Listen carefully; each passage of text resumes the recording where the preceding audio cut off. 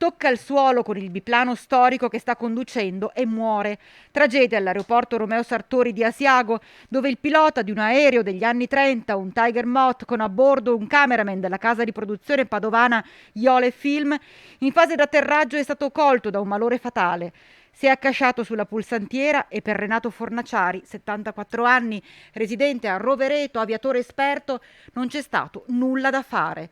I due avrebbero dovuto realizzare alcune riprese del film L'isola che non c'è, la vera storia del soldato Peter Pan, che racconta la vicenda del soldato austro-ungarico morto nel 1918 sul Monte Grappa e sepolto nel sacrario di Cima Grappa.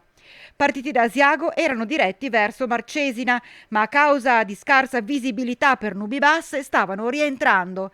Fornaciari sarebbe stato colto da arresto cardiaco proprio poco prima di toccare terra, per poi uscire di pista e fermarsi nell'erba, facendo ruotare il velivolo di 90 gradi, salvando la vita al passeggero che, sedendo al posto davanti, non si sarebbe accorto di nulla. La manovra ha subito insospettito i controllori dell'aeroporto che hanno fatto scattare i soccorsi, ma ormai per il 74enne era troppo tardi. Sul posto i vigili del fuoco che hanno estratto il pilota senza vita dall'abitacolo, i sanitari del SUEM 118 e i carabinieri.